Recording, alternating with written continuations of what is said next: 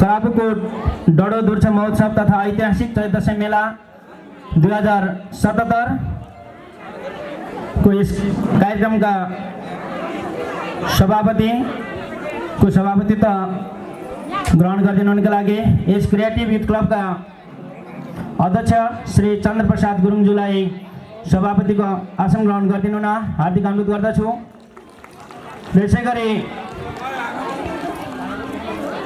यस करापुकोट डडो दुर्छ महोत्सव तथा ऐतिहासिक चैतदशैं मेला 2077 को प्रमुख अतिथिको रूपमा हाम्रो निमन्त्रणालाई स्वीकारेर आउनुहुने गण्डकी प्रदेशका मुख्यमन्त्री माननीय श्री पृथ्वी गुरुङज्यूलाई प्रमुख अतिथिको अतिथ्यता ग्रहण गरिदिनु न म हार्दिक अनुरोध गर्दछु।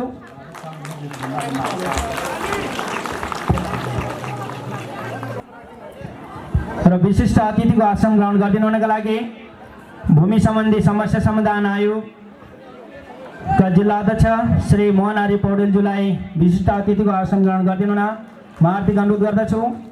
र यसै गरी विशिष्ट अतिथिको आसन ग्रहण गरिदिनु न मध्य नेपाल नगरपालिकाका उपमेयर श्री राजकुमार श्रेष्ठज्यूलाई विशिष्ट अतिथिको आसन ग्रहण गरिदिनु न म हार्दिक अनुरोध गर्दछु।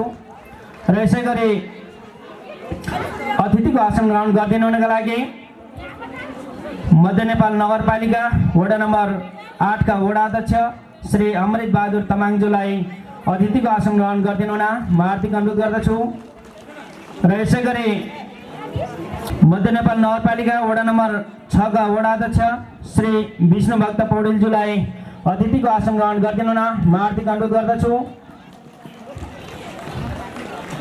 कोलासोथार गाउँपालिका वडा नम्बर 9 का वडा अध्यक्ष श्री नन्दजङ गुरुङज्यूलाई अतिथिको आसन ग्रहण गरिदिनु न म हार्दिक अनुरोध गर्दछु। प्रदेश व्यवसाय मञ्च गण्डकी प्रदेशका सदस्य श्री प्रेमलाल श्रेष्ठज्यूलाई अतिथिको आसन ग्रहण गरिदिनु न म हार्दिक अनुरोध गर्दछु। हाम्रा प्रमुख अतिथिज्यूलाई तथा सम्पूर्ण अतिथिगणज्यूलाई मालाद्वारा स्वागत गरिदिनु न। हाम्रा माला वितरणमा रहनुहुने हाम्रा क्रिएटिभ युथ क्लबका सदस्य विनिता गुरुङ, अञ्जना गुरुङ र सोनी गुरुङलाई अनुरोध गर्न चाहन्छु। र यसै गरी मध्य नेपाल नगरपालिका वडा नम्बर 8 का वडा सदस्यज्यूहरू श्री खम्बसिंह गुरुङज्यूलाई अतिथिको आसन ग्रहण गरिदिनु न म हार्दिक अनुरोध गर्दछु। यसै गरी कुशल गुरुङज्यूलाई अतिथिको आसन ग्रहण गरिदिनु न म हार्दिक अनुरोध गर्दछु। यसै गरी वडा सदस्य पार्वती गुरुङज्यूलाई अतिथिको आसन ग्रहण गरिदिनु न हार्दिक अनुरोध गर्दछु। र यसै गरी मनिषा विकज्यूलाई पनि अतिथिको आसन ग्रहण गरिदिनु न म हार्दिक अनुरोध गर्दछु। र यसै गरी नेकपा एमाले जिल्ला कार्य कमिटीका सदस्य श्री कृष्ण पौडेलज्यूलाई अतिथिको आसन ग्रहण गरिदिनु न म हार्दिक अनुरोध गर्दछु। अतिथिको आसन ग्रहणकै क्रममा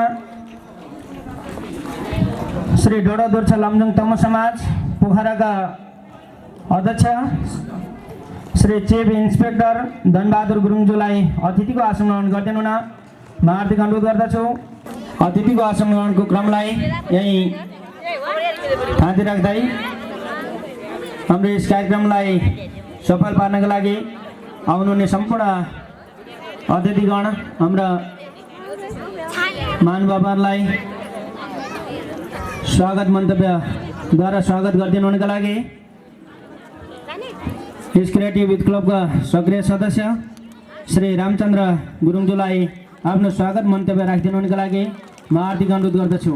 करापुकोट डडुवा दुर्छ महोत्सव तथा ऐतिहासिक चैतदशैं मेला 2078 का सभापतिज्यू गण्डकी प्रदेशका मुख्यमन्त्री माननीय श्री पृथ्वी गुरुङज्यू, ड्यासमा आसीन विशिष्ट अतिथिज्यूहरू, डडुवा दुर्छ लमजुङ तमु समाज पोखराका अध्यक्ष लगायत सम्पूर्ण उपस्थित बुवा म दाजुभाइ तथा दिदीबहिनीहरू, त्यसै गरी डडुवा दुर्छ लमजुङ तमु समाज भोलेटार इकाइका अध्यक्ष लगायत सम्पूर्ण पदाधिकारीज्यूहरू, विभिन्न बाबा समूह आमा समूहबाट पाल्नुभएका अध्यक्ष लगायत प्रतिनिधिज्यूहरू, यस कार्यक्रमलाई देश तथा विदेशमा छरिएर रहेकाहरूको सामु पुर्याउनको लागि सहयोग गर्नुहुने यस कार्यक्रमका मिडिया पार्टनर golnepal.com तथा saranginews.com का प्रतिनिधिज्यू, त्यसै गरी सुपर युनिक्स फिल्मका प्रोप्राइटर प्रेम गुरुङज्यू एवं सम्पूर्ण उपस्थित महिला तथा सज्जनवृन्दमा म रामचन्द्र गुरुङको हार्दिक नमस्कार। आज हामी यो मञ्चमा उपस्थित छौँ कि यो ऐतिहासिक मेलालाई चाहिँ महोत्सवको रूपमा सञ्चालन गर्नको लागि हामी यति कटिबद्ध भएर लाग्यौँ। हामीलाई सहयोग गर्नुहुने सबैजनालाई, जसले नैतिक रूपमा, भौतिक रूपमा, आर्थिक रूपमा सहयोग गर्नुभयो, यहाँहरू आफ्नो समयको पाबन्दीलाई थाती राखेर हाम्रो मञ्चमा, हाम्रो कार्यक्रममा उपस्थित भएर शोभा बढाइदिनु भयो। यहाँहरूलाई हार्दिक हार्दिक धन्यवाद ज्ञापन गर्न चाहन्छु।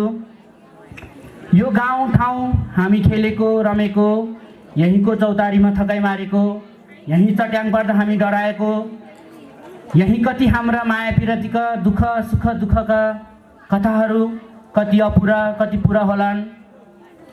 यो कार्यक्रम सञ्चालनको दौरान हामी सबैले अचेतन मनका अतृप्तहरूलाई सम्बोधन गर्ने प्रयास गऱ्यौँ। कतिलाई गर्न सकेनौँ त्यो आफ्नो ठाउँमा छ। यावत रूपमा आजको यो उपस्थितिलाई स्वागत गर्न पाउँदा म आफूलाई एकदमै भाग्यमानी ठान्दछु र यसै गरी यो कार्यक्रममा उपस्थित भएर शोभा बढाइदिनु हुनुभएकोमा यहाँहरू सबैलाई हार्दिक हार्दिक धन्यवाद दिँदै नववर्ष 2078 सालको हार्दिक हार्दिक मङ्गलमय शुभकामना व्यक्त सहित स्वागतम स्वागतम सुस्वागतम भन्न चाहन्छु। हस्त धन्यवाद।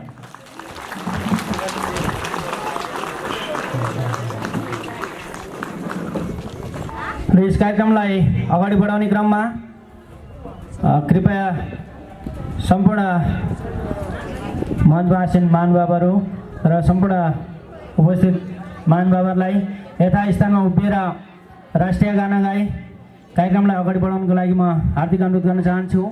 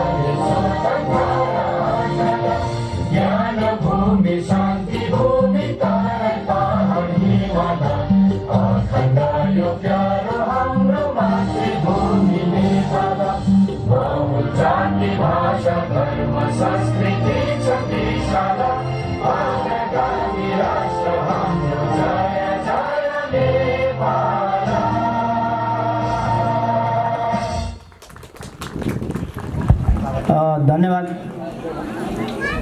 र यसै क्रममा फेरि म यहाँलाई फेरि अनुरोध गर्न चाहेँ, हाम्रो यस देश नेपाललाई नेपाल भनी चिनाउनका लागि, आफ्नो देशलाई जोगाउनका लागि सदैव आफ्नो ज्यानको बलिदान दिएर देशलाई जोगाउनु हुने सम्पूर्ण महान शहीदहरूप्रति सम्मान व्यक्त गर्दै 1 मिनेट मौन धारणको कार्यक्रमलाई जोड्न चाहन्छु।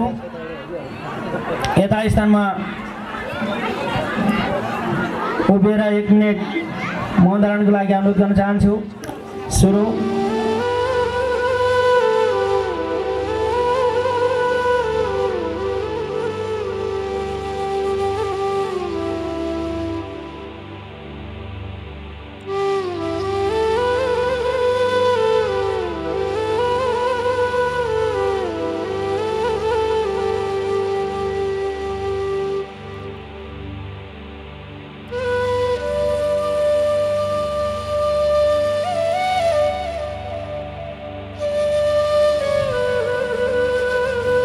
धन्यवाद।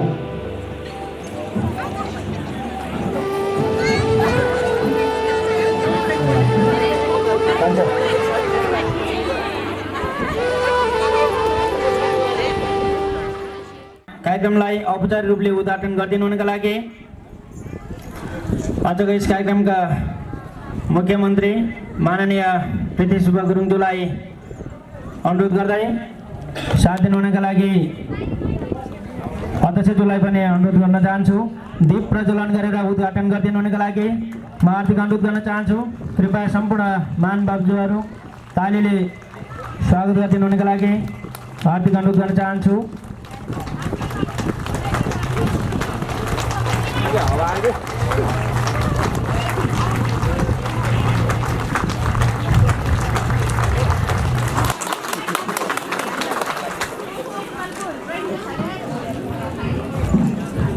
धन्यवाद।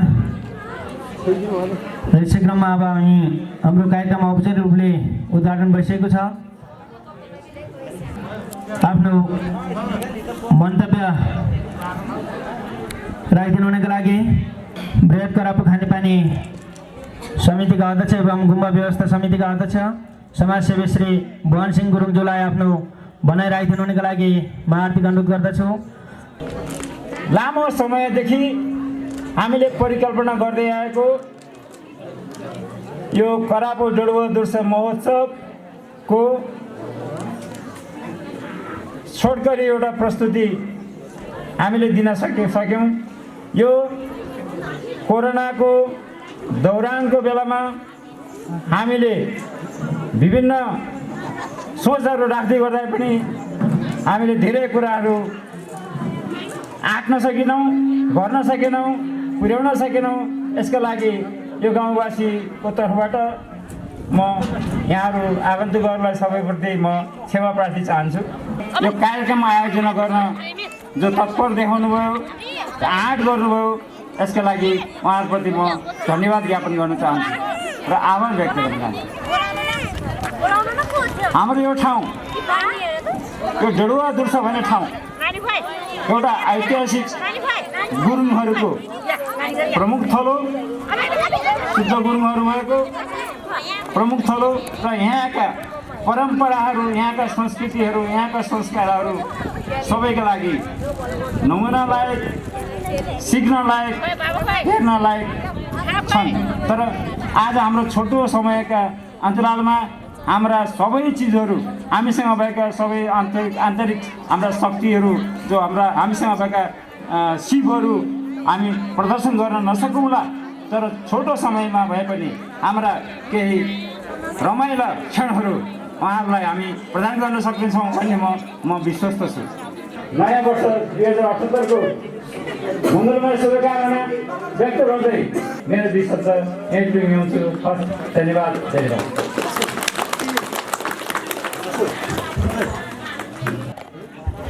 यसै क्रममा हाम्रो प्रमुख अतिथिज्यूको समयको अत्यन्तै पाबन्दीको कारणले गर्दाखेरि यो अभिनन्दन कार्यक्रम उहाँलाई सम्मान साथ दिने यो सम्मान अभिनन्दन पत्रमा लेखिएको ब्यौरामा यहाँहरूको माझ उल्लेखित गर्न चाहन्छु। श्री डडुवा दुर्सा लमजुङ तमु समाज पोखरा 10 जनप्रिय टोल अभिनन्दन पत्र नेपालको स्वतन्त्रता, सार्वभौमिकता, भौगोलिक अखण्डता, राष्ट्रिय एकता, स्वाधीनता र स्वाभिमानलाई अक्षुण्ण राख्दै सामन्ती निरङ्कुश केन्द्रीकृत र एकात्मक राज्य व्यवस्थाको अन्त्य गरी संघीय लोकतान्त्रिक गणतन्त्रात्मक शासन व्यवस्था स्थापना गर्न जीवनभर देश र जनताको हितमा समर्पित हुनुभई राष्ट्रहित, लोकतन्त्र र अग्रगामी परिवर्तनका लागि अहोरात्र खट्दै विश्वभर रहेका नेपालीहरूको आशा, उत्साह र भरोसा प्रदान गरी तथा हाम्रो छिमेकी गाउँमा जन्मनु भई यसै क्षेत्रबाट निर्वाचित पहिलो गण्डकी प्रदेशको मुख्यमन्त्री भई देशभर नै उत्कृष्ट प्रदेश बन्न सकेकोमा गण्डकी प्रदेशका माननीय मुख्यमन्त्री श्री पृथ्वी गुरुङज्यूलाई पोखरा स्थित श्री डडुवा दुर्सा लमजुङ तमु समाज पोखराको यो नागरिक अभिनन्दन पत्र अर्पण गर्दछौँ। मिति 2078 वैशाख 1 गते बुधबार अध्यक्ष चिफ इन्सपेक्टर धनबहादुर गुरुङ उहाँलाई यो अभिनन्दन पत्र प्रदान गरी उहाँलाई सम्पूर्ण समूहबाट अभिनन्दन गरिदिनुहुनका लागि हार्दिक अनुरोध गर्दछु। कृपया जोरदार तालीले स्वागत गरिदिनुहुनका लागि हार्दिक अनुरोध गर्न चाहन्छु।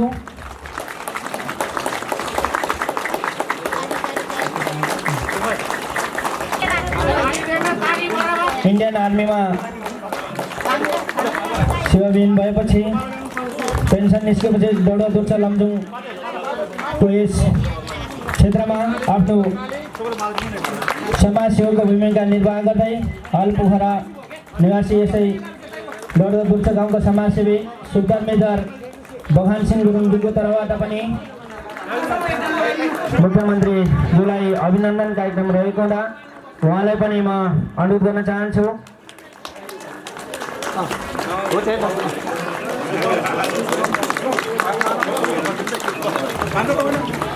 तर्फबाट अभिनन्दन गरिदिनुका लागि आयोजक कमिटीको सम्पूर्ण संयोजकतामा उहाँलाई अभिनन्दन कार्यक्रमलाई फेरि म पुनः जोड्न चाहे।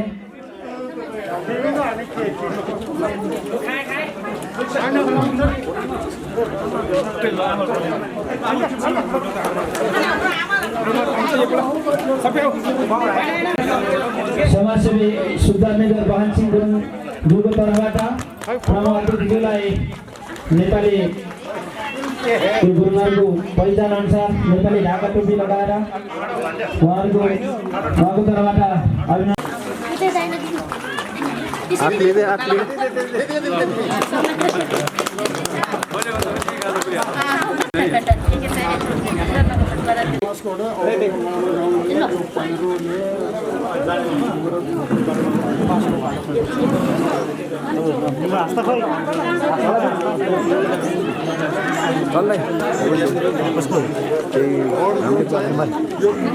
निस्किनुहुन्छ नि त त्यो ठ्याक्कै हामी बाटोमा बसेर ठ्याक्कै छिहाल्ने हुन्छ ओके तपाईँ रेडी गर्ने अभिनन्दनको क्रम सँगै छोटो भनेर राखिदिनुका लागि डोडो दुर्चा लमजुङ तमु समाज पोखराको तर्फबाट पोखरा समाजको अध्यक्ष श्री चिफ इन्सपेक्टर धनबहादुर गुरुङज्यूलाई आफ्नो छोटो भनेर राखिदिनुका लागि म हार्दिक अनुरोध गर्दछु।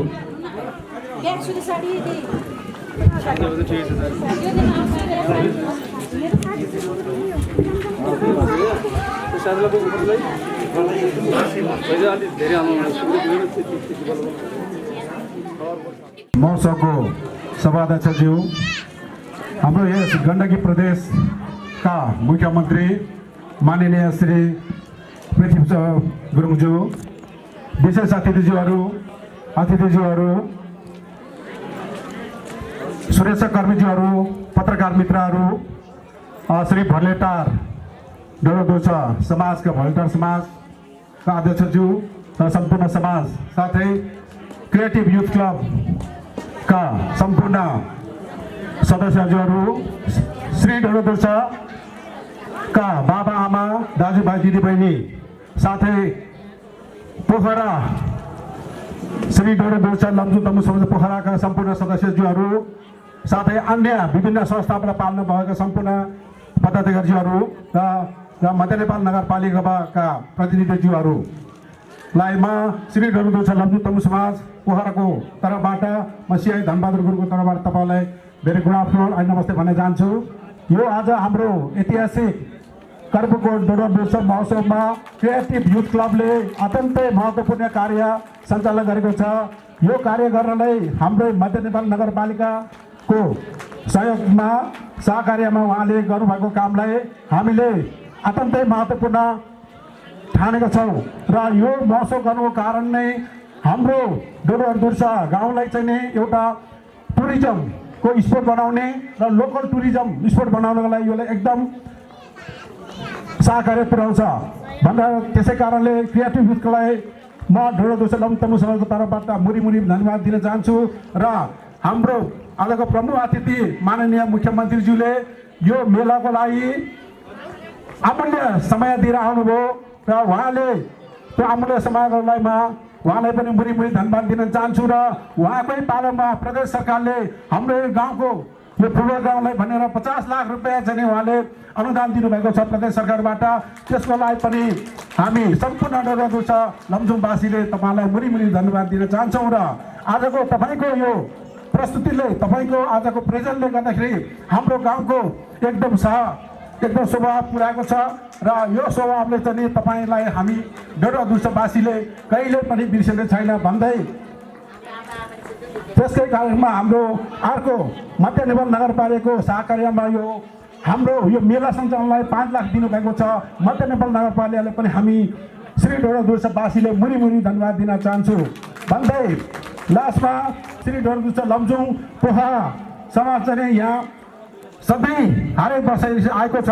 तपाईँहरूले चाहिँ समाजले दुःख गरेर आउनुभयो, त्यसको लागि पनि म मेरो अध्यक्षको नाताले तपाईँहरूलाई समाजलाई मुरी मुरीमा धन्यवाद दिँदै आजको यो मेला प्लस अब तेस्रो दिनबाट फुटबलको प्रोग्राम छ, त्यो चाहिँ नि तपाईँ मेला प्लस यो फुटबल चाहिँ एकदम राम्रो भव्यको साथ चाहिँ एकदम सञ्चालन हो र सक्सेस हो भन्दै म तपाईँहरूलाई यो शुभकामना दिँदै 2078 सालको नयाँ वर्षको पावन अवसरमा सम्पूर्ण देश विदेशमा हुने सम्पूर्णलाई यहीँबाट यो मञ्चबाट चाहिँ तपाईँहरूलाई नयाँ वर्षको शुभकामना भन्दै मेरो छोटो मन्तव्य यही पुर्याउन चाहन्छु।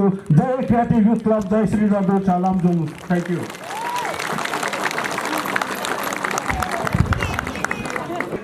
र आफ्नो छोटो भनाइ राखिदिनु हुनको लागि मध्य नेपाल नगरपालिका वडा नम्बर 8 का वडाध्यक्ष श्री अमृत तामाङज्यूलाई आफ्नो छोटो भनाइ राखिदिनु हुनको लागि म हार्दिक अनुरोध गर्दछु। करापुको डोडोदुर्सा महोत्सव समारोहका अध्यक्षज्यू, आजका प्रमुख अतिथि गण्डकी प्रदेशका माननीय मुख्यमन्त्री विधि शुभ गुरुङज्यू, यसै भूमि सुधार व्यवस्था समाधान आयोगका अध्यक्ष मोहनहरी पौडेलज्यू, मध्य नेपाल नगरपालिकाका उपमेयर राजकुमार श्रेष्ठज्यू लगायत मञ्चको विभिन्न अति विशिष्ट व्यक्तित्वहरू अनि यहाँ उपस्थित हुने सम्पूर्ण मेरो बाआमा दाजुभाइ दिदीबहिनी, मेरो साइनो अनुसारको बाजे बजै मामा फुपूहरू बाप्रति सबैलाई मेरो ढोक आशीमाला भन्दै म कार्यक्रम एकदम छटाउने क्रममा छु। म आज यो डोडोदुर्सा महोत्सवको जुन समारोहमा विशेष उहाँको एकदम कामको व्यस्तताले गर्दा पनि मुख्यमन्त्रीज्यू यहाँ पाल्नु भएको छ। उहाँलाई हार्दिक म व्यक्तिगत तर्फबाट र वडा अध्यक्षको तर्फबाट हार्दिक आभार प्रकट गर्न चाहन्छु, उहाँलाई धन्यवाद ज्ञापन गर्न चाहन्छु। साथसाथै यहाँ पोखरावासी सम्पूर्ण आमा दाजुभाइ दिदीबहिनीहरू मित्रहरू मेरो इष्टमित्रहरूले यो कार्यक्रमलाई शोभा बढाइने क्रममा तपाईँहरू जुन हिसाबले आउनु भएको छ, जुन हिसाबले तपाईँहरूको तत्पर तपाईँहरूको जुन हौसला यहाँ जुन उपस्थिति देखाउनु भएको छ त्यसलाई पनि हार्दिक आभार प्रकट गर्न चाहन्छु। त्यस्तै भोलिटार आमा समूह भोलिटारको सम्पूर्ण मेरो मित्रहरू यहाँ गाउँ बसी बाहिर बस्ने सम्पूर्णलाई म हार्दिक आभार प्रकट गर्न चाहन्छु। सम्पूर्ण कोणबाट हेर्दा डोडोदुर्साको ऐतिहासिक थलो संस्कृतिको थलो हाम्रो यहाँको गहन संस्कृतिको सम्पत्तिको धनी ठाउँ भएकोले गर्दा यो ठाउँलाई यो पर्यटकीय ठाउँ बनाउन र यो ठाउँलाई यो मध्य नेपालको सबैभन्दा अगाडि स्थानमा लैजाने क्रममा यो ठाउँ एकदम उपयुक्त र एकदम राम्रो भएको हुनाले सम्पूर्ण यहाँ उपस्थित हुनेहरू देश विदेशमा भएको मित्रहरूले पनि सहयोग गर्नु भएको छ र सबैले यो ठाउँलाई एकजुट अगाडि उठाउनको निम्ति हामी सबै एक ढिका अगाडि बढेर यो ठाउँलाई उकास्नु परेको छ। साथसाथै आज यो युवकहरूले आज यहाँको साथीहरूले जुन जोड जमर्को गर्नुभएको छ उहाँहरूलाई पनि धन्यवाद टक्राउन चाहन्छु। म वडा अध्यक्षको नाताले अब यहाँको पूर्वाधारको कामहरू, यहाँको विकासको कामहरू, आज यो विकासको काम योभन्दा 2 महिना अगाडि माननीय मुख्यमन्त्रीज्यूले साउली बजारको पुल मोटर लेभल पुलको शिलान्यास गर्नुभएको छ। मोटर लेभल पुल शिलान्यास गर्ने क्रममा माननीय मुख्यमन्त्री यो ठाउँको नभएको भए त्यहाँ मोटरको पुल होइन झोलुङ्गे पुल पनि पर्ने थिएन।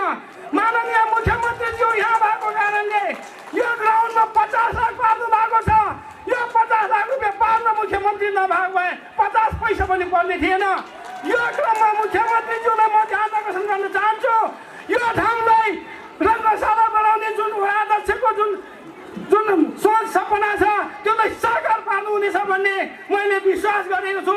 मैले उहाँलाई यो मध्यबाट एउटा निवेदन पनि गर्न चाहन्छु र यो करापुकोटमा आज तपाईँहरूले देख्नु भएको छ यो महोत्सवमा सबै किसिमको संस्कृतिको कलाको धनी ठाउँ। यो कला मात्रै देखाएर भएन, यो ठाउँलाई पर्यटक आउने ठाउँ। यो ठाउँमा दिनमा 1000 जानु मान्छे, सके 1000 नसके 500 नघट्ने हिसाबले यहाँ पर्यटकीय ठाउँको एकदम राम्रो ठाउँ भएको कारणले यो ठाउँमा हामी एक ठिकाबाट अगाडि लाग्नुपर्छ। यो ठाउँलाई विकास गर्ने क्रममा यो वडा अध्यक्ष तपाईँहरूसँग साथी जान तयार छ। म यो ठाउँलाई उच्च बनाउनको निम्ति आदरणीय माननीय मुख्यमन्त्रीज्यूले गर्नुभएको योगदानको बारेमा पनि अझै थोरै प्रशंसा गर्न चाहन्छु। अन्तमा यो 2078 सालको शुभकामना सहित सम्पूर्ण कामको सफलताको कामना सहित तपाईँले सोचेको काम सफल होस्, तपाईँले मनले चिताएको सफल होस्। यो ठाउँको भविष्य अवश्य पनि एक दिन यो ठाउँ सुन्दर ठाउँ, यो ठाउँ बन्ने छ भन्ने बाचा गर्दै एक ठिका भएर अगाडि जाऊँ। यो ठाउँमा विकास ल्याउने काममा यो वडा अध्यक्ष जहिले पनि तपाईँको साथमा छ, तपाईँको काखमा छ, तपाईँको बिचमा बसेर यो ठाउँलाई उकार्ने काममा वडा अध्यक्ष प्रतिबद्ध जाहेर गर्दै मेरो भनाइहरू यहीँ अन्त गर्छु। हस्, नमस्कार, धन्यवाद।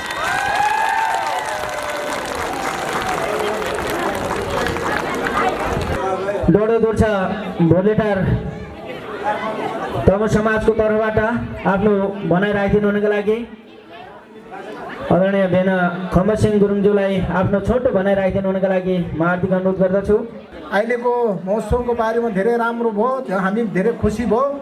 सबभन्दा खुसियाली भनेको अहिले राम्रोसित मान्छे जुट्नुभयो, त चारौँ तर्फबाट मान्छे आयो। हामी पोखरादेखि अन्त भोलेटार, राम बजार, लक्ष्मी बजार सबै अब एकट्ठा भएर हामी यहाँ एकदम रमाइलो भयो। अब यस्तो कोरोनाको स्थितिमा नै हामीले राम्रो भव्य रूपमा हामीले रेली गरायो, भव्य रूपमा हामीले सम्पन्न गरायो। हाम्रो क्रिएटिभ क्लबका साथीहरू अथवा भाइ बन्धुहरूले उहाँहरूले राम्रोसित यो क्लबलाई यो फुटबललाई राम्रोसित चलाइदिनु हुन भनी हामी यो भोलेटार समाजको तर्फबाट हामीले प्रार्थना गर्दैछौँ। तपाईँहरूले अब कल झगडा नगरी उरी राम्रोसित चलाइदिनु भनी म आशा छ, हामी पूर्ण सम्पूर्ण आशा छ। भोलेटार समाजको तर्फबाट यो क्रिएटिभ युथ क्लबका लाई रु 5,000 दिने घोषणा गरेको छ। अघि हाम्रो नृत्य गरेको आमा समूहले 1,000 दिएको थियो, त्यसको बाट यो 4,000 गरी 5,000 हामीले यो 5,000 हामीले यो फुटबल टिमलाई दान गर्नु के अरे सहयोग गराइदिनु हुन भनी म हाम्रो वडा अध्यक्ष अमृत बहादुरलाई हस्तान्तरण गर्दैछु। हस्त मेरो भनाइ यहीँ अन्त्य गर्न चाहन्छु। हस्त, नमस्कार, नमस्कार, छ्याजालो छ्याजालो। यसै गरी आफ्नो भनाइ राखिदिनु हुनुको लागि यस कार्यक्रमका प्रमुख अतिथि माननीय पृथ्वी गुरुङज्यूलाई आफ्नो भनाइ अमूल्य भनाइ राखिदिनु हुनुको लागि म हार्दिक अनुरोध गर्दछु। करपकोट अध्यक्ष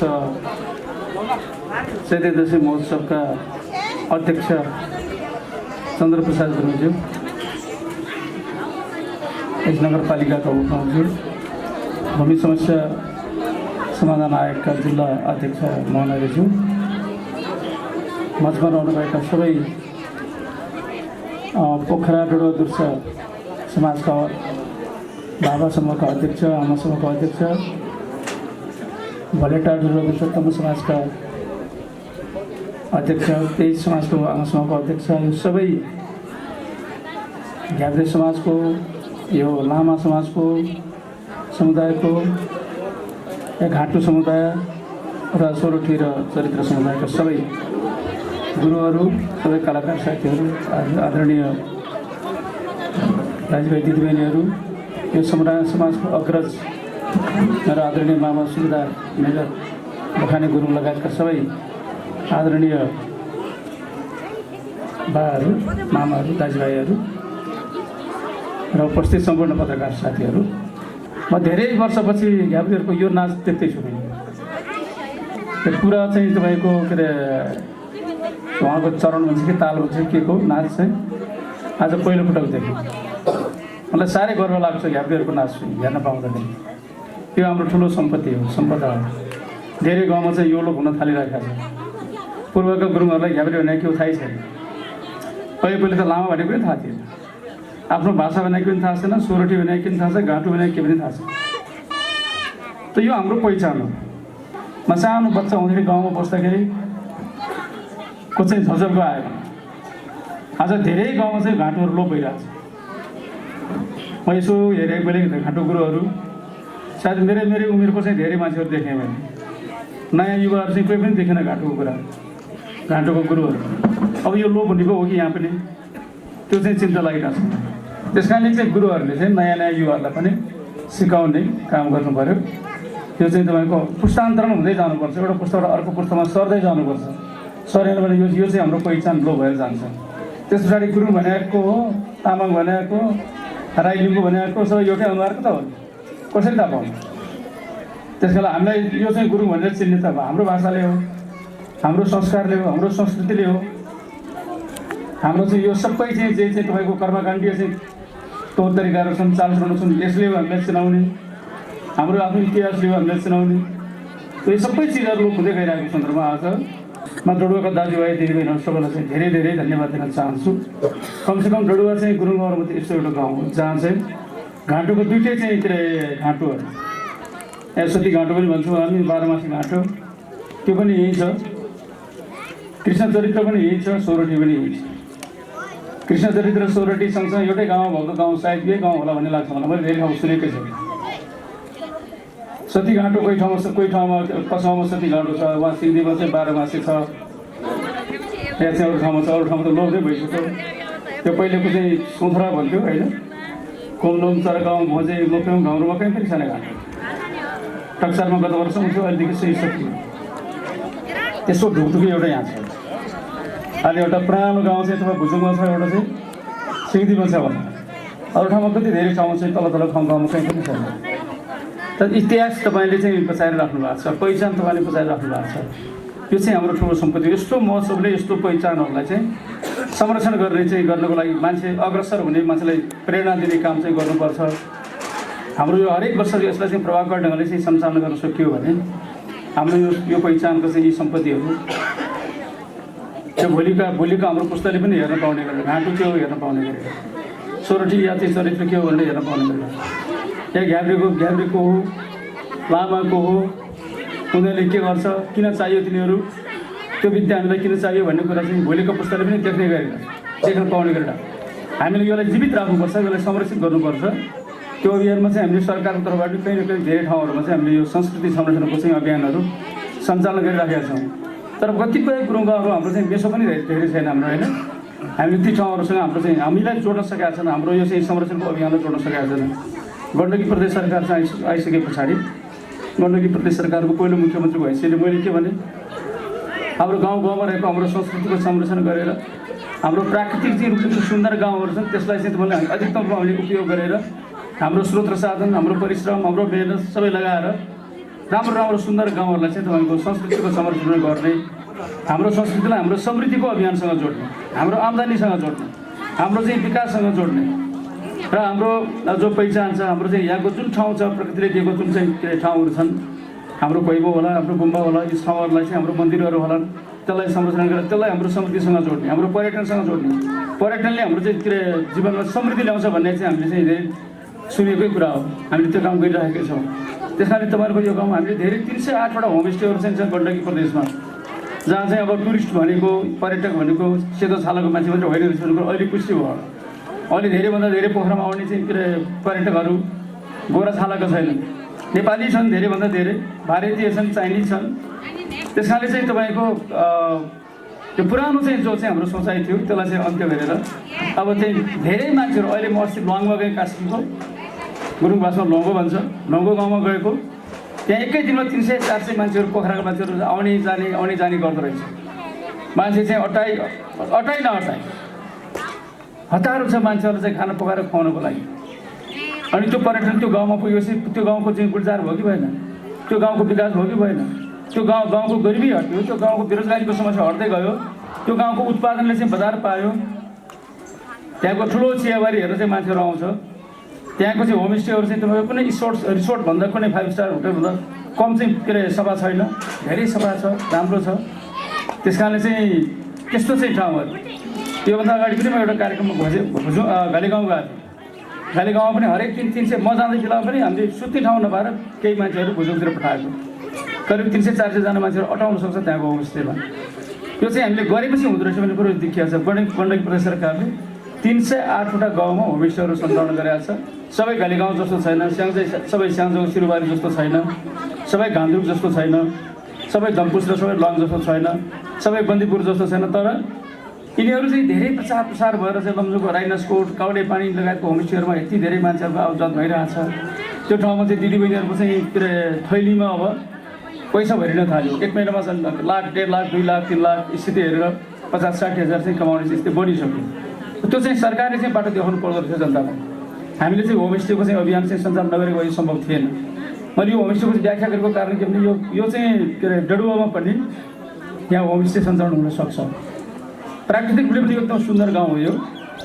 यहाँ चाहिँ हाम्रो झ्याब्रीको चाहिँ संस्कृति यही छ, संस्कार यही छ, लामाको संस्कार संस्कृति यही छ। लामा पनि हाम्रो चाहिँ बोन लामा पनि हुनुहुन्छ यहाँ र त्यस्तै चाहिँ हाम्रो गुरुङहरूको संस्कृति भनेको चाहिँ घाटको सबै कस्तो खालको घाटो हेर्ने यही छ, कस्तो खालको चाहिँ तपाईँको सोरठी या चाहिँ चरित्र हेर्ने यही छ। झ्याउरेछ्याउरी त भइहाल्यो, आमासँग नाच्न नाच्ने कुरो त सामान्य कुरो भइहाल्यो। त्यस कारण संस्कृतिले अत्यन्त सम्पन्न गाउँ हो यो डडुवा। यसलाई हामीले चाहिँ हाम्रो समृद्धिसँग जोड्नु पर्यो। यहाँको क्रिएटिभ युथ क्लब लगायतका यहाँ सबै आमासम्महरू, सबै बाबासम्महरूले मिलेर यो 7 गाउँको डडुवालाई साँच्चै नै एउटा एकीकृत गरेर यसलाई चाहिँ विकास गर्नलाई तपाईँहरू लाग्नु होला भन्ने लाग्छ। म अनुरोध गर्न चाहन्छु। त्यसमा गण्डकी प्रदेश सरकारले चाहिँ के सहयोग गर्नुपर्छ हामी सहयोग गर्न तयारी छौँ। त्यसमा तपाईँहरूलाई पनि सहयोग गर्छ। अब यहाँ धेरै मसँग चाहिँ अहिले चाहिँ धेरै सिरकट्टुहरू निवेदनहरू आएको छ, उहाँहरू चाहिँ आशा गरेर चाहिँ दिनुभएको छ। हामी सदियौँदेखि 20औँ 30औँ 40औँ वर्षदेखि हामी बौद्धला आएको आज चाहिँ 30 वर्ष भइसक्यो।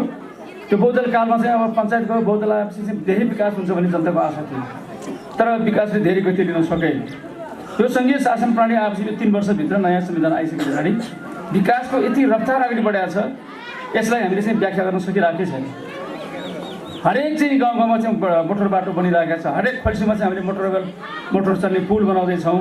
हाम्रो चाहिँ तपाईँको 211वटा झोलुङ्गे पुल यो वर्ष चाहिँ हामीले चाहिँ सम्पन्न गरी ढङ्गले गरिरहेको छौँ। तर यो वर्ष सकिँदैन होला, अर्को वर्ष सक्नुपर्छ होला। 144वटा भन्दा बढी चाहिँ हाम्रो मोटर चल्ने पुलहरू चाहिँ बन्दैछ यो गण्डकी प्रदेश सरकारले मात्रै गरेको, नेपाल सरकारले पनि गर्दैछ। त्यसमा थप चाहिँ अरू यति धेरै चाहिँ त्यो पुलहरू बनाउँदैछौँ हामी प्रत्येक चाहिँ पालिकाको सदरमुकाममा पुग्ने बाटो बनाउँदैछौँ। 8 मिटर फराकिलो जस्तो चाहिँ तपाईँले चाहिँ हाम्रो प्रदेशको बाटोको नमुना तपाईँले पिप्लेदेखि वहाँ तालबिसीसम्म हेर्न सक्नुहुन्छ। प्रदेशको बाटोको सब मोडल त्यही हो, 8 मिटर फराकिलो बाटो। अब चाहिँ कम्तीमा पनि 30 वर्ष 50-40 वर्ष चाहिँ खप्ने चाहिँ बाटो। यो चाहिँ यसो लिपस्टिक लगाएको जस्तो, कालो लिपस्टिक लगाएको जस्तो चाहिँ, अनि 5-6 महिनापछि उक्किने चाहिँ सडक होइन अब हाम्रो। त्यो ढङ्गले चाहिँ हामीले चाहिँ जनतालाई चाहिँ विकास दिनु पऱ्यो, जनतालाई चाहिँ ठाउँ गरेर खाने बाटोको देखाइदिनु पऱ्यो। हामीले चाहिँ त्यो काम गर्दैछौँ र हामी घर घरमा चाहिँ एउटा चाहिँ पानीको धारा पुर्याउने भन्ने अभियानमा छ। गण्डकी प्रदेशमा 5,78,000 घरधुरी छ। यो 5,78,000 घरधुरीमा सबै घरमा चाहिँ बिजुली पुर्याउने पानीको धारा पुर्याउने यो चाहिँ सरकारको अभियान छ। अब हामी यो वर्ष चाहिँ 2.5 वर्षमा चल्दैछौँ। यो आर्थिक वर्षको चाहिँ अब 3 महिना चाहिँ 4 महिना बाँकी छ। बाँकी 2 वर्षको चाहिँ अवधि यो सरकारको अवधिभित्र, प्रदेश सरकारको अवधिभित्र गण्डकी प्रदेशको एउटा टोलमा एउटा धारा होइन, एउटा गाउँमा एउटा धारा होइन, प्रत्येक घरमा एउटा धारा हो। हामीले त्यो पुर्याउने अभियानको साथ लागेका छौँ हामी। र गण्डकी प्रदेश उज्यालो प्रदेश, गण्डकी प्रदेशको यो 5,78,000 सबै घरधुरीमा बिजुली पुर्याउने हाम्रो अभियान छ। डडुवामा त धेरै अगाडि चाहिँ बिजुली आएको हुनाले तपाईँलाई चाहिँ अचम्म लाग्यो होला। तर यसरी डडुवाको गाउँ जस्तै घर घरमा बिजुली आएको चाहिँ गाउँ हाम्रो गण्डकी प्रदेशमा अझै बाँकी छ। मनाङ जानुहोस्, मुसाङ जानुहोस्, यो तनहुँको चाहिँ कालीगण्डकीको तीरतिर जानुहोस्, यो नवलपुर जिल्लाको चाहिँ माथि उत्तरीको देउसुरी बर्चुली डाँडातिर जानुहोस्। अहिले पनि मान्छेहरू अँध्यारोमा छन्, अहिले पनि मानिसहरू कुवाको पानी खान्छ। पहिले तपाईँहरू चाहिँ यतातिर चाहिँ तपाईँको पानी के अरे 15 पानी भर्न गएको जस्तै लामदार राति नै पानी भर्न गएको जस्तै अहिले पनि त्यसरी पानी भर्न जानुपर्ने स्थिति छ। अहिले पनि खोलाको पानी उबारेर खाने चाहिँ जनताहरू छन् हाम्रो प्रदेशमा। गण्डकी प्रदेश सरकार अब चाहिँ कुवाको पानी खाइरहेको, किनारको पानी खाइरहेको, खोलाको पानी खाइरहेको जनताहरूलाई धारको पानी खुवाउने, त्यो पनि घर घरमा खुवाउने अभियानमा संलग्न छ। हामी यो अभियानको साथ लागेका छौँ। त्यस कारणले गर्दाखेरि चाहिँ सङ्घीय शासन प्रणाली चाहिँ गण्डकी प्रदेश सरकार बनाइदिएको हुनाले नेपाल काठमाडौँमा बसेको सरकारले यो गाउँ गाउँको समस्या बुझ्दो रहेछ, देख्दो रहेछ, थाहा पाउँदो रहेनछ। हामी त नजिकै छौँ। यो गण्डकी प्रदेशको चाहिँ प्रधानमन्त्री रूपमा चाहिँ मुख्यमन्त्री हुन्छ। मुख्यमन्त्री तपाईँको यहाँ गाउँमै आइदिएको छ। आज गाउँमा आएर गाउँलेहरू यति धेरै समस्याहरू राखेका छ। नेपालको चाहिँ प्रधानमन्त्री केपी शर्मा ओली डडुवामा आउने कुरो त सपना जस्तो हो नि। गिरिजाप्रसाद आउनु सक्नुभयो, हामी ल्याउनै सकेन। कृष्णप्रसाद भट्टराई, मनमोहन अधिकारी, झलनाथ खनाल, प्रचण्ड बाबुराम भट्टराई जो प्रधानमन्त्री भए, सुशील कोइराला, हामीले यहाँ ल्याउन सक्यौँ, गाउँ गाउँमा ल्याउन सक्यौँ। आज त म गाउँ गाउँमा चाहिँ रातो दिन नभनिकन भोक निद्रा नहुन हिँडिरहेको छु। हाम्रो जनताको समस्या के छ, हाम्रो जनताले के दुःख भोगिरहेछ, कमसेकम आजको दिनमा सुरु गर्ने भने भोलिको दिनमा सकिन्न। भोलिको दिनमा सुरु गर्ने भने अब 5 वर्षभित्र सकिन्न। जति चाँडै सुरु गर्यो त्यति चाँडै चाहिँ कार्यक्रमहरू सकिन्छ। विकासमा हामी धेरै पछाडि परिसकेका छौँ होइन। त्यस कारण त्यो अभियानमा चाहिँ लागिरहेको छौँ हामी। र यो सन्दर्भ यहाँको कुराकानी गर्दाखेरि हामीले 53 सालमा सुरु गरेको, म नेकपा एमालेको जिल्लाको सचिव थिएँ। फेरि बाबुजी चाहिँ तपाईँको स्वावलम्बी सेवा केन्द्रको सचिव हुन्थ्यो। हामी पछि चाहिँ मिलेर चाहिँ सभापति बन्नुभयो थियो बाबुजी। जेडीजेडको सहयोगमा हामीले टेक्निकल चाहिँ के अरे सपोर्ट उनीहरूको लिएर हामीले चाहिँ यहाँ चाहिँ ग्रिन रोड बनायौँ। 53 सालमा चाहिँ खनेको बाटो 58 सालमा हामीले गाडी चलायौँ। तर 58 सालदेखि अझ 78 साल पुग्यो। 20 वर्षमा पनि यो बाटो पिच हुन सकेन। किन सकेन? अघि हाम्रो चाहिँ अमृतिले भन्नुभयो, अरू साथीहरूले भन्नुभएको छ, यो बाटोले दुख्ने चाहिँ पृथ्वी सुब्बा गुरुङ मात्रै हो यो इलाकामा, अरूलाई चाहिँ दुख्दैन। किनभने ऊ यही बाटो भएर हिँड्नुपर्छ। गत वर्ष हामीले पहिलो वर्षमा 75 सालमा हामीले सुरु गर्ने भनेको। 75 सालमा हामीले चाहिँ हाम्रो कर्मचारी नभएर डिपिआर गर्न भ्याएनौँ हामीले। गत वर्ष 76 सालमा सुरु गर्ने भनेको। नेपाल सरकारबाट चाहिँ यो सालको रुख काट्दाखेरि, एउटा रुख काट्दाखेरि पनि नेपाल सरकारको अनुमति चाहिन्छ। भन्दा नेपाल सरकारले अनुमति दिन ढिलाइ गर्यो। अनि हामीले चाहिँ गत वर्ष पनि सुरु गर्न सकेन। त्यसपछि त कोभिड सुरु भइहाल्यो। अनि अस्ति भर्खर पनि कोभिडको चाहिँ रात चाहिँ बाँकी नै थियो। त्यसले गर्दाखेरि यो वर्ष चाहिँ मैले भने अब नेपाल सरकारको चाहिँ अनुमति नआए पनि एउटा रुख पनि नढालिकन अहिले जुन बाटोमा चाहिँ हामी के अरे रुख नढालिकन बाटो बनाउन सक्छौँ, त्यसै मात्रै बाटो बनाएर जाने। भोलि जुन दिन चाहिँ सालको रुख काट्ने चाहिँ इज्जत औलत त्यहाँ थप्दै जाने, त्यहाँ चाहिँ तपाईँको दायाँ बायाँ थप्दै जाने। त्यस हिसाबले हामीले डिपिआर तयार गरेर अहिले हाम्रो अमृतले भने 65 करोड अहिले हामी टेन्डरमा गइसक्यौँ। हाम्रो बाटो यही महिनाभित्र हामी यो बाटोको शिलान्यास गर्दैछौँ। अब कर्बुटारबाट डोडोको डाँडोमा पिच बाटो बन्छ यो 3 वर्षभित्र। हामीले त 2 वर्षभित्र सक्ने भनेका छौँ। तर नेपालको चाहिँ स्थिति हो, नेपालको चाहिँ के अरे ठेकेदारले काम गर्ने ढिलो गर्छ। यो चाहिँ यो 79-80 सालभित्र यो बाटो सक्ने गरेर गरेका छौँ। डडुवाबाट साली मन्जनसम्मको बाटो त यो वर्ष चाहिँ हामी पुरा गर्दैछौँ। त्यही 8 मिटर 5 किलो चाहिँ पिच बाटो पुरा गर्दैछौँ। यही वर्ष हामी साली भन्जाबाट हाम्रो खोला सञ्चारको सदरमुकाम चाहिँ मालीमा चाहिँ 37 किलोमिटर बाटो हामी लाँदैछौँ। त्यस कारणले गर्दाखेरि यो सबै चाहिँ बाटो यता चाहिँ कर्बुटार कलबुतीतिरबाट आउने बाटो त्यो पनि हाम्रो चाहिँ बन्दैछ। तर त्यसले हामीले पिच गर्ने बाटोमा चाहिँ अहिले चाहिँ बहुवर्षमा हाल्न सकेका छैनौँ। हामी उता चाहिँ बालुवाबेसीबाट चाहिँ चरागाउँतिर जाने बाटो पनि चलिरहेको छ। बालुवाबेसी पुल हालेका छौँ हामीले पसगाउँ सिधीको लागि त्यहाँ अर्को पुल हालेर पसगाउँ सिधीमा आज बाटो पिच हुँदैछ। आज पसगाउँ र सिधीमा बाटो पिच हुने कुरा त पसगाउँले 20 वर्षपछि पनि सोचेको थिएन होइन। तर यो मुख्यमन्त्री पृथ्वी सुब्बा गुरुङ मुख्यमन्त्री भएकै कारणले यही चाहिँ निर्वाचन क्षेत्रबाट जितेकै कारणले आज पसगाउँ र सिधीमा पिच बाटो यो वर्ष पुरा हुँदैछ। यो अभियानका साथ हामी लागेका छौँ। बेसारबाट चाहिँ भ्यालीगाउँ हुँदै भुजङसम्म पिच बाटो हामी बनाउँदैछौँ। यसबाहेक चाहिँ हामीले धेरै कुराहरू गर्नु छ। मिजुङ खोलामा हामी ढाक्रे बेसीमा पुल बनाउँदैछौँ हामी। र हामीले यहाँ मिजुङतिर तल चाहिँ तपाईँको रामसीमा पनि मैले अस्ति पुलको शिलान्यास गरेका छु। अब ठुलो सानोतिर जाने बाटो ठुलो सानोलाई पनि हाम्रो चाहिँ मूल बाटोमा जोड्नु पऱ्यो। लालमा फेदिमा पुल चाहिँ उहिले चाहिँ 2046 सालमा म सांसदमा थिएँ राखेको पुल 10वटा पुल मध्ये यो पुल मात्रै बाँकी छ। सबै पुलहरू बनिसक्यो। बेसरको पुल बनिसक्यो, दोर्दीको पुल बनिसक्यो, थिप्लेको पुल बनिसक्यो, भोलेटारको फेदीको पुल बनिसक्यो, नेवानी बेसीको बनिसक्यो, सिसाघाटको बनिसक्यो, उता चाहिँ अहिले के अरे थुम्सीकोटको बनिसक्यो। यो मात्रै बाँकी छ। अब हामी त भाग्यमानी पनि छैनछौँ। अब मध्यपाटी लोकमार्ग अब चाहिँ सुन्दर बजारले अड्काइरहेको थियो। सुन्दर बजारमा अस्ति चाहिँ म गएर धेरै सबै साथीहरूले सम्झाएर अब सुन्दर बजारबाट चाहिँ अगाडि बढ्छ। त्योभन्दा उल्टा सबै पिच भइसक्यो। बिचमा पनि हाम्रो चाहिँ त्यो दुर्डानको फेदीतिर पिच भइसकेको छ। भोलेटारमा थोरै बाँकी छ। अब यो चाहिँ तपाईँको कर्बुटारबाट चाहिँ हाम्रो के अरे रुदी दोवानसम्मको टेन्डर भइसक्यो मध्यपाटी लोकमार्गको। हामी मध्यपाटी लोकमार्गलाई चाहिँ यो चाहिँ सौरबासमा हुँदै जान दिएको छैनौँ हामीले। त्यो बाटो त हाम्रो छँदैछ। हामी माथिको किनार हुँदै पहिले 5 गाउँलाई 6 गाउँसँग जोड्दै लगेर उहाँ चाहिँ के अरे भैँसीबाट कसरी निकालेर चाहिँ हामी गौडा निकाल्दैछौँ। त्यो बाटोको लागि पनि यो चाहिँ के अरे रुदी दोबानदेखि भैँसीसम्मको 16 किलोमिटर बाटो पनि टेन्डर भएर अब चाहिँ ठेकेदारले चाहिँ सम्झौता भएर चाहिँ ठेकेदारले काम गरिसकेका छ। वार्दी खोलामा इदी खोलामा चाहिँ सडक पुल चाहिँ गण्डकी प्रदेश सरकारले बनाइराखेको छ। अब हामी रुदी दोबान खोलामा चाहिँ पुल हाल्नुपर्ने काम नेपाल सरकारले गर्छ। त्यसैले यो चाहिँ मूल बाटो पूर्व पश्चिम राजमार्गसँग हामी जोडेका छौँ। यहाँबाट हामी दमोलीमा हामी 1 घन्टामा पुग्न सक्छौँ पिच बाटो भएपछि। यहाँबाट पोखरा चाहिँ हामी त्यसै गऱ्यो भने हामी 40 मिनटमा पुग्न सक्छौँ पिच बाटो भयो भने। यसरी चाहिँ पोखरासँग हामी यति धेरै नजिक हुँदैछौँ। दमोली या काठमाडौँसँग यति धेरै नजिक हुँदैछौँ। नारायणगढसँग नजिक हुँदैछौँ। यो हाम्रो लागि भाग्यको कुरा हो। पोखरासँग नजिक हुँदैछ हाम्रो लागि। त्यसैले गाउँमा बस्ने दाजुभाइले पनि गाउँमा बसेर चाहिँ केही न केही इलम गर्नु पऱ्यो। खेतीपातीमा आधुनिक खेतीपाती गर्नु पऱ्यो, राम्रोसँग खेतीपाती गर्नु होला, त्यसले हामीलाई चाहिँ सहयोग पुर्याउँछ। हाम्रो गाउँमा चाहिँ भलिटारमा जाने मान्छेले भलिटारमै जीवन के अरे सुखी जीवन बिताउन त्यहाँ गएको छ, पूर्वाधार त्यहाँ विकास छ भनेर कोही पोखरा गएका छन्, कोही काट्नु पुगेको छ, कोही नारायणघाट पुगेको होला, चितवन गएको होला, कोही गाउँ सोधीतिर होला, त्यहाँका मान्छे पुगेको होला होइन, कोही भैरवतिर, कोही अब हुँदा हुँदा चाहिँ युरोप के अरे युकेमा पुग्ने भयो कोही। यसरी चाहिँ जहाँ पुगे पनि गाउँमा बस्ने मान्छेहरूले सुखको जीवन बिताउनु लागि गाउँमा चाहिँ गुल्जार ल्याउनेको लागि यी सबै कामहरू गर्नुपर्छ। र हामीले यहाँ भएको गुम्बाको लागि मैले अहिलेसम्म पैसा छुट्याउन सकेको छैन। आज चाहिँ हाम्रो भुवनसिंहले गुम्बाको लागि पैसा माग्नु भएको छ। म त्यो गुम्बाको लागि चाहिँ गुम्बा मर्मतको लागि चाहिँ पैसा छुट्याउने कति बेला जाहेर गर्न चाहन्छु। यो वर्ष म सक्दिनँ, यो वर्ष मेरो पैसा खर्च भइसक्यो सबै, थोरै थोरै मात्रै पैसा चाहिँ बाँकी छ। त्यस कारणले चाहिँ हाम्रो कार्यक्रममा नपरेको चाहिँ पैसाहरू चाहिँ यसबाट हामीले खर्च गर्न सक्दैनौँ। हामीलाई चाहिँ तपाईँ अख्तियारले यहाँ हामीले चाहिँ बाँधेको परिस्थिति त्यो कुरा चाहिँ त्यसरी बजेटमा नपरेको चाहिँ शीर्षकमा पैसा खर्च नगरौँ भन्छ हामीलाई। त्यस कारणले अर्को वर्ष पैसामा मर्मत समालमा हालेर यो तीर्थ पचभैया चाहिँ जुन चाहिँ भएको चाहिँ छ यो चाहिँ हाम्रो के अरे झ्याब्रीहरूको चाहिँ एउटा महत्त्वपूर्ण चाहिँ मन्दिर हो भयो भने गुम्बा हो। त्यो गुम्बालाई व्यवस्थित गर्नुपर्ने छ। धेरै अगाडि मैले 1.5 लाख कि 2 लाख पनि छुट्याएको, तर त्यो 15 मिनट त्यो पैसा ल्याउन सकिएन, पैसा निकालेर ल्याउन सक्नु भएन, उहाँले दर्ता गर्नुपर्ने आदि इत्यादि के लफडा भएर। अहिले त पोखरा नजिकै सरकार थियो, धेरै कुराहरू हामीले मिलाएका छौँ र उहाँलाई चाहिँ दिएको थोरै पैसा हो त्यो। उहाँलाई चाहिन्छ होला करिब चाहिँ 80-90 लाख, तर हामीले बल्ल चाहिँ 7 लाख दिइरहेछौँ। कमसेकम यो पनि टोकन सुपारी बाँडेको तपाईँहरूलाई भोजमा सुपारी बाँडे जस्तो हो त्यो 7 लाख।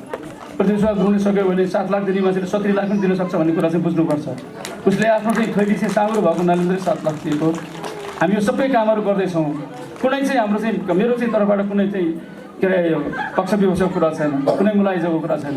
सबै हाम्रो जनताहरू एकपल्ट चुनेर गइसके पछाडि मुख्यमन्त्री भइसकेपछि मुख्यमन्त्री सबै जनता 24 लाख गण्डकी प्रदेशको जनताको मुख्यमन्त्री म हो। जुन बेला टिकट दियो टिकट दिँदाखेरि मलाई एमाले टिकट दिएको, एमालेको चिन्हबाट चाहिँ मैले चुनाव लडेको, कसैले रूप चिन्हबाट चुनाव लडेको होला, कसैले अरू चिन्हबाट चुनाव लडेको होला। त्यो बेला मात्रै पार्टी हुन्छ। जब एकपल्ट चुनाव जित्छ, चुनाव जितिसकेपछि त्यो पार्टीको मान्छे हुन्छ, त्यो चाहिँ सरकारको हुन्छ, राज्यको मान्छे हुन्छ। त्यसले सबैलाई चाहिँ समाधान गर्नुपर्छ। मैले धेरै ठाउँमा कति भनेको छु, अहिले पनि धेरै साथीहरू के भन्नुहुन्छ, हामीले चाहिँ प्रतिस्पर्धा भोट नहालेको त्यससँग के पैसा माग्ने, खोइ त्यसले दिँदैन होला भन्ने। म धेरै ठाउँमा पुगेको छु, मैले भनेको तपाईँले यो ठाउँ यति समस्या रहेछ किन मलाई नभनेको, खै तपाईँले त हाम्रो कुरा सुन्नुहुन्न होला भनेर यही तपाईँको भ्रम छ। त्यो प्रतिस्पर्धा तपाईँले सोचेको भन्दा धेरै भिन्न छ, तपाईँले बुझ्नु होला त्यो कुरा। ऊ जनताको पिर मर्काको लागि चाहिँ जितेर आएको मान्छे हो। त्यस कारण उसले चाहिँ धेरै वर्ष चाहिँ चुनाव हारेर पनि ऊ चुनाव किन लडिरहेको छ, एकपल्ट मौका मिलेर जनताको सेवा गर्छु भनेर लडिरहेको छ। त्यस कारण यो सबै कुराहरू चाहिँ यहाँ समस्या राखेर यहाँ चाहिँ तपाईँको यहाँ टुइखोला पहिरोको कुरा चाहिँ गर्नुभएको छ हाम्रो पछाडिमा धेरै अगाडिदेखि। अब यहाँ लाङ्दीहरू सबैको चाहिँ तपाईँको आस्थाको केन्द्र मन्दिर हो। लाङ्दीसम्म जाने बाटो चाहिँ बनाइदिनु भयो भने राम्रो हुन्छ बाबु भने त्यहाँ पनि ट्र्याक चाहिँ खुलिसकेको छ होइन। अहिले पनि थोरै पैसा चाहिँ तपाईँको सङ्घ सरकार पाए जस्तो लाग्छ मलाई। र हाम्रो हो कि सङ्घ सरकार मलाई चाहिँ मैले चाहिँ त्यो यकिन गरेको छैन। तर त्यहाँ पनि त्यहाँ गयो भने त्यहाँ पनि फेरि अर्को कुरो हाल्नुपर्ने हुनसक्छ। त्यसपछि त्यहाँ हाम्रो चाहिँ के अरे सुम्ले होइन धेरै पछाडि परिसक्यो, त्यो साम्ले पनि सुम्ले धेरै पछाडि परिसक्यो। यो बाटो त्यहाँ पनि पुल हालिदियो भने सरकारको समाजमा चाहिँ धेरैवटा ओहो पुल कसरी बन्छ होला। पुल त हेर्नका हुन्छ नि 20 करोड पनि पुल हुन्छ, 25 करोड पुल हुन्छ। त्यहाँ चाहिँ 256 मिटर लामो पुल छ चाहिँ बाङ्ग्लादेशमा लैजाने पुल। मेरो इरादा थियो भोलेटारलाई चाहिँ एउटा रिङ रोड बनाइदिउँ, तल एउटा पुल छ, मोटर बाटो छ, माथि एउटा मोटर बाटो बनाइदिउँ। भोलेटारको चाहिँ यसरी जोडिने भयो नि, माध्यपाडी लोकमार त्यहीँ आउँछ, ब्यासमार्गसँग गौलीसँग त्यही जोडिएको छ, पोखरासँग त्यही जोडिएको छ, औदा सुन्दर बजार बेसरसँग त्यही जोडिएको छ। भोलेटार अब कर्बुटा अब विकासको एउटा केन्द्र पनि हुन्छ। त्यो हिसाबले चाहिँ हामी काम गरिरहेको छौँ। त्यहाँका साथीहरू चाहिँ वारीमा बाटो बनाउन थाल्यो भने पहिले म सांसद हुँदाखेरि वारीतिर बाटो बनाएको नाले फेरि हुँदै त्यो बाटो खोलेको मैले हो। त्यो बाटो खोल्दाखेरि भोलेटारहरूले चाहिँ मलाई घेर्न आयो, पारी किन बाटो बनाएको, तपाईँले भन्नुहोस्, पारी किन बनाएको नभन्नुहोस्, हाम्रो गाउँमा किन नबनाएको भन्नुहोस्, त्यति मात्रै। अर्को बाटो नसक्नुहोस्, आफ्नो बाटो हिँड्नुहोस् भनेको मैले उहाँलाई। फेरि त चिसो मात्रै आयो, टरिएलाई मात्रै सहयोग गर्यो तपाईँले भन्ने। यस्ता चाहिँ खुद्रे कुराले हाम्रो विकास हुन्न। सबै ठाउँमा सबैको विकास होस्, आफ्नो आफ्नो पहल गरौँ भन्ने कुरा लाग्नुपर्छ होइन। म सोचिरहेको छु सायद सालगाडी धेरै भएको हुनाले के होला, पहिले पनि माग्नु भएको थियो उहाँहरूले। हामी तल चाहिँ के अरे सेता पहिरो चाहिँ के भन्छौँ कतिले के भन्छौँ, त्यहाँ तलबाट हामी चाहिँ आलडाँडामा चाहिँ के अरे बाटो जोड्यो भने उहाँहरूलाई चाहिँ तल जानलाई धेरै सजिलो हुन्छ होला। यो माथि दुर्सा चाहिँ तपाईँको के लामा गाउँसम्म आउँदाखेरि उहाँलाई कति लाग्छ, धेरै टाढो छ। त्यहाँ आउने मान्छे हिँडेर आउने बेलासम्म त्यो तलबाट चाहिँ तल्लो बाटोमा पुगिसकेको हुन्छ। अर्को वर्ष हामी कर्बुटा नालो फेरि हुँदै चाहिँ तपाईँको गाउँसार जोड्ने बाटो 2 वर्षमा राखेर चाहिँ पिच बाटो बनाउँदैछौँ हामी। र सबै ठाउँमा चाहिँ तपाईँको अहिले चाहिँ जहाँ बाटो बनिरहेको छ अर्को वर्ष हामी पिचको बाटोमा हालेर एउटा चाहिँ विकासको एउटा चाहिँ आधार तयार गरेर जनतालाई चाहिँ कमसेकम हिँडडुल गर्न सजिलो होस्, व्यवसाय गर्न सजिलो होस्, व्यापार गर्न सजिलो होस् होइन। अब अर्को 2 वर्षपछि आज पोखराबाट आउनुभएको दिदीबहिनीहरू आज जसरी धुलो र मैलो भएर आउनुभयो, थलल्ल चाहिँ उता चाहिँ तपाईँको सहरबासको बाटो जसरी चाहिँ आउनुभएको थियो त्यो 2-3 मिटर सबै पिच भइसकेको हुन्छ। त्यही ढङ्गले यो चाहिँ के अरे माथिको डाँडामा चाहिँ बाटो निस्कन्छ, तपाईँहरू आरामसाथ चाहिँ गाउँमा आउनु सक्नुहुन्छ। यो बाटो बनिसकेपछि यो गाउँ चाहिँ होमस्टेमा चाहिँ राम्रो विकास गर्न सक्ने सम्भावना छ। पोखराबाट सुरु चाहिँ 1.5 घन्टाको बाटो चाहिँ 1 घन्टाको बाटो हिँडेर आएपछि बेलुका आउँछ, यहाँ बस्छ, यहाँ चाहिँ के अरे नाचहरू हेर्ला के हेर्ला, यहाँको चिसो हावा खान्छ, यहाँ चिसो मिठो चिजहरू खाएर भोलिपल्ट फर्किन्छ। शुक्रबार बेलुका आउँछ, शनिबार चाहिँ बेलुका फर्किन्छ। लङ त्यसैको एउटा चाहिँ उदाहरण हो, बदीपुर त्यसैको एउटा उदाहरण हो, कालाबाङ घडेरी त्यसै पुङ्दीकोटमा त्यसैको उदाहरण हो, धम्बुसको त्यसै उदाहरण हो होइन। त्यस कारण यो सबै चाहिँ चिज चाहिँ हामीले चाहिँ आफ्नो ठाउँमा जस्तो छ त्यसैलाई चाहिँ समातेर विकास गर्ने हो। अरूले चाहिँ घोडा चढेर पनि हामी धुरी चढ्नु हुँदैन। अरूले चाहिँ अर्को चिज कारखाना खोल्यो भने डोमा कारखाना खोल्यो, कारखाना चल्दैन। यहाँको चिज यहाँ के काम गर्दाखेरि कृषिको चाहिँ यहाँ व्यवसायको चाहिँ विकास हुनसक्छ, यहाँ कृषि खेती हुनसक्छ। हामीले नमुनाको लागि चाहिँ प्रोत्साहन मिलोस् भने यहाँ एकजना बहिनीको नाम मैले भनेँ, त्यो बहिनीलाई हामीले 4-5 लाख कि 6-7 लाखको थियो मोडल फार्म चाहिँ के अरे खोलाको सूर्यकुमारी हो, फुलकुमारी बहिनीलाई चाहिँ हामीले प्रदेश सरकारले सहयोग गरेको छ। एउटा महिला मान्छे गाउँमा बसेर आधुनिक खेती गर्छु भन्छ, त्यसलाई प्रदेश सरकारले सहयोग गर्नुपर्छ भनेर हामीले पैसा चाहिँ सहयोग गरेको। त्यो चाहिँ तपाईँको त्यो देखेर अरूले पनि काम गरोस्, सिकोस्, अरूले पनि त्यसको चाहिँ पछि त्यस्तै चाहिँ खालको चाहिँ बाटोमा लागोस्, आफ्नो समृद्धि गरोस्। त्यो चाहिँ प्रतिष्ठा गरौँ धनी हुनलाई चाहिँ मैले चाहिँ फुलकुमारीलाई पैसा हालेको। फुलकुमारीको जीवनमा केही न केही सुधार आओस्, उसको परिवारको जीवनमा केही न केही सुधार आओस्, उसको छिमेकमा, उसको समाजमा, उसको गाउँमा केही सुधार आओस्, त्यसले केही न केही प्रभाव परोस् भनेर चाहिँ त्यो सहयोग गरे हो। हामी यहाँ भोल्टातिर पनि गाई फार्म र चाहिँ भैँसी फार्म पनि पैसा हामीले दिएकै छौँ, प्रोत्साहन मिलोस् भनेर क्या। त्यस कारणले गर्दाखेरि चाहिँ यो सरकारले चाहिँ सहयोग गरे पनि सहयोग गर्ने धेरै ठाउँहरू हुँदैछ। त्यस कारण यो सबै चिज चाहिँ हामीले जुन ढङ्गले गरिरहेका छौँ। यहाँ स्वास्थ्य सेवाको कुरा पनि उठिरहेकै छ। यहाँ सायद चाहिँ तपाईँको वडा चाहिँ कार्यालय पनि रहन्छ, आफ्नो भवन नयाँ भवन बनाएको छ भन्ने मलाई लाग्दैन, पुरानै कार्यालय सञ्चालन भइरहेको होला। यो 5 वर्षभित्र सबै पालिकाहरूले कमसेकम धेरै पालिकाहरूले, नगरपालिकाहरूले, गाउँपालिकाहरूले आफ्नो वडा कार्यालयहरू सम्पन्न गरिसक्यो। कतिले चाहिँ त्यो नगरपालिका भवन पनि सम्पन्न गरिसक्यो। आफ्नो ठाउँबाट आफूले चाहिँ तरक्की गर्नुपर्छ। मैले हाम्रो यहाँको मेयरलाई पनि त्यो भनिराखेको हुन्छु, मैले पनि सहयोग गर्न सक्छु। नगरपालिका भवन बनायो भने म सहयोग गरिदिन्छु, जग्गा खोल्नुहोस्, त्यो चाहिँ भवन बनाउने तयारीको काम गर्नुहोस्। यो हाम्रो चाहिँ के अरे एउटा महत्त्वपूर्ण नगरपालिका हो लमजुङको भनिराखेको छु। त्यस कारणले गर्दाखेरि चाहिँ हामी सबै मिलेर काम गर्नुपर्छ। यति कुरा राखेँ मैले। र अब चाहिँ पानीको चाहिँ अझै पनि समस्या छ भन्ने मैले अलिअलि सुने होइन। गण्डकी प्रदेश सरकारले यो चाहिँ खालि चाहिँ तपाईँलाई चाहिँ मिठो गरेर सुन्न चाहिँ आनन्द होस् भनेर मात्रै भनेको होइन। प्रदेश सभाको एउटा भनेको धाराको यहाँ चाहिँ पानी धेरै अगाडि चाहिँ ल्याएको हुनाले यहाँको पानीको स्रोतको अभाव हुनसक्छ। घरको चाहिँ घरमा धारा पुग्यो अब, तर पानीको मुहान त अचेल फेरि यो के अरे यो सबै तुवालो यो सारा चाहिँ पृथ्वी तातिँदै जान थाल्यो। पृथ्वी तातिँदै गएको हुनाले हिजोको चाहिँ पानीको मुहानहरू सुक्न थालेको छ। त्यसले गर्दाखेरि पानीको मुहान चाहिँ अरू चाहिँ मुहान थप्नु पनि हुनसक्छ। त्यसमा चाहिँ त्यसको लागि चाहिँ बर्मासम्मलाई हामी सहयोग गर्न सक्छौँ। त्यस्तै प्रकारले चाहिँ तपाईँको कहीँ चाहिँ गत वर्ष चाहिँ चुनावमा एकपल्ट चाहिँ त्यो 74 सालको चुनाव आउँथ्यो भन्नुभएको थियो। यताको जुन हाम्रो 15 छ त्यो 15को चाहिँ पानीले ट्याङ्कीमा हालेर त्यहाँबाट पानी तान्न पनि सक्छौँ हामी। मोटर राखेर चाहिँ तान्न पनि सक्छ, त्यसले पनि केही न केही चाहिँ भर्ती गर्न सक्छ। यहाँको चाहिँ ट्याङ्कीमा राखेर त्यहाँबाट वितरण गर्ने कुरो हुनसक्छ। के उपायहरू हुनसक्छन्। यो डाँडामा भएको हुनाले धेरै तल खन्नुपर्छ होला। तलबाट पानी निकालेर पनि हामीले धेरै ठाउँमा पानी खुवाएका छौँ, सिँचाइको व्यवस्था गरेका छौँ, भुइँको पानी प्रयोग गरेर। धेरै उपायहरू छन्। अहिले विज्ञान र प्रविधिले धेरै विकास गरेका छ। त्यस कारणले अब चाहिँ उहाँ लेमाको पानी आएन भने पानी आउँदैन भन्ने कुरा होइन। हाम्रो चाहिँ सरकारले योजना बनाउनु पऱ्यो, तपाईँले माग गर्नु पऱ्यो, आवश्यकता महसुस हुनु पऱ्यो। त्यसो भने यी सबै कामहरू गर्न सक्छौँ हामी। यो सबै काम हामी गर्छौँ। र मैले सुरु गराएको यो 50 लाख चाहिँ रुपियाँ दिएर यो चाहिँ तपाईँको खेल मैदान यो चाहिँ राम्रो गराउ भनेको भइहाल्थ्यो। गर्दा गर्दा यति काम गर्नु छ, यो हेर्नुहोस् त फेरि खुँडे भएर बसिरहेको छ, अधोकल्चो भएर बसिरहेको छ र मलाई जिस्काइरहेको छ। तिमीले चाहिँ के बनाउन सुरु गरेको यो चाहिँ खेल मैदान अधुरै छ है मुख्यमन्त्री भनेर भनिरहेको छ। यो म यो पुरा गर्ने वचनबद्धता व्यक्त गर्छु। त्यो चाहिँ हामीले यो चाहिँ सबै चाहिँ बनाइदियो, यतापट्टि 4 फिट बनाइदियो भने कमसेकम 2-4 हजार 5-10 हजार 5-7 हजार मान्छेले चाहिँ हेरेर बस्ने चाहिँ राम्रो चाहिँ एउटा मैदान हुनसक्छ। त्यसले त्यो पनि हाम्रो गाउँको एउटा गहना हो, एउटा ठुलो आकर्षण हो। हरेक वर्ष एउटा टुर्नामेन्ट गर्दाखेरि धेरै मान्छेहरू यहाँ आएर बस्ने खाने गर्छन्। सम्म चाहिँ हाम्रो गाउँमा उत्पादन भएका चिजहरू बेच्ने पनि थलो बनाउनुपर्छ हामी। खोइ त्यो ठाउँतिर हाम्रो चाहिँ केही पनि छैन। हामी चाहिँ जहिले पनि बाहिरबाट चाहिँ ल्याएर खान्छौँ अनि यही चाहिँ के अरे खर्च गरिराखेका छौँ। अतिरिक्त खर्च गरिराखेको हुन्छ। अझ कोही कोही ठाउँमा त चाहिँ उहाँ रक्सोलबाट गोर्खापुरबाट यहाँ धोतीहरूको पिङ ल्याएर या चाहिँ तपाईँको चाहिँ के ल्याएर होइन पैसा चाहिँ 10 लाख 20 लाख कमाउँछ अनि 15 लाख उनीहरूले जान्छ, 5 लाख खर्च भइसकेको हुन्छ अनि बुङ्गा बुङ्गी हुन्छ आफू। महोत्सवबाट हामीले के न के कमाउनु पऱ्यो नि क्रिएटिभ युथ क्लबले पनि या चाहिँ यहाँको समाजले पनि। त्यस कारणले चाहिँ महोत्सव एउटा आय आर्जनको एउटा थलो पनि बनाउनुपर्छ। यो काममा तपाईँहरूलाई समर्थन मिलोस्। अर्ग्यानिक चिजहरू उत्पादन गर्ने या चाहिँ युरिया मल नहालेको चिजहरू उत्पादन गर्ने भनेर राम्रो चिजहरू उत्पादन गर्ने, उत्पादन भएको चिज जापानमा पठाउने के अरे तपाईँको आरोपमा पठाउने भनेर एउटा संस्था लागेको छ। त्यो संस्थाले हामीसँग सम्झौता गरिरहेको छ। त्यो संस्थालाई हामी पठाउन सक्छौँ अर्को वर्ष। तर त्यसको लागि तपाईँले प्रतिबद्धता जाहेर गर्नुपर्छ। हामी यो काम गर्न तयार छौँ। हामीले चाहिँ के अरे उत्पादन गरेको चिजहरू बजार हामीले खर्च नपरोस्, तपाईँले खोजिदिनुहोस् भनेर कमिटमेन्ट गर्ने। त्यो आधारमा चाहिँ गऱ्यो भने गाउँमा बसेको मान्छेले नै के न के आम्दानी हुने बाटो अब हामीले खोज्नु पऱ्यो। आम्दानी खोज्नमा हामी अवस्था चाहिँ अरब जा गइराख्ने होइन। अरब जाने मान्छे युवाहरू अरब गए पनि यहाँ बस्नेले पनि के न के इलम गर्ने चाहिँ ठाउँ चाहिँ हामीले खोज्नुपर्छ। त्यसको लागि चाहिँ हामीले ठाउँ बनाउनको लागि चाहिँ प्रदेश सरकार जहिले पनि कार्यक्रम बनाउन तयार छ। तर तपाईँको माग हुनु पऱ्यो, तपाईँको सहमति हुनु पऱ्यो। सरकारले दिएर मात्रै केही हुँदैन रहेछ। सरकारले धारमा पानी ल्याइदिन्छ, गाली थापेर चाहिँ खाना चाहिँ जनताले जान्न पऱ्यो। सरकारले बाटो ल्याइदिन्छ, त्यो बाटोमा चाहिँ मोटर आवाजात हुँदाखेरि त्यहाँ चाहिँ ल्याउने र पठाउने चिजहरू तयार गर्ने क्रममा जनता लाग्नु पऱ्यो। सरकारले चाहिँ तपाईँको के अरे खेतबारीमा गएर चाहिँ खेतीपाती गरिदिनु त होइन, खेतीपाती गर्ने तपाईँले हो, होटेल चलाउने तपाईँले हो, होमस्टे चलाउने तपाईँले हो। होमस्टेको लागि हामीले के गर्न सक्छौँ? पानी ल्याइदिन सक्छौँ। होमस्टेको लागि हामीले सामुदायिक भवनहरू बनाइदिन सक्छौँ। होमस्टेको लागि हामीले चाहिँ वाइफाईको चाहिँ व्यवस्था गरिदिन सक्छौँ। होमस्टे के अरे फलेको ठाउँमा बाटो पुगेछ भने बाटो बनाइदिन सक्छौँ हामीले। होमस्टे धेरै चलेपछि त्यहाँ शान्ति सुरक्षा भयो भने प्रहरीको चौकी राखिदिन सक्छौँ हामीले।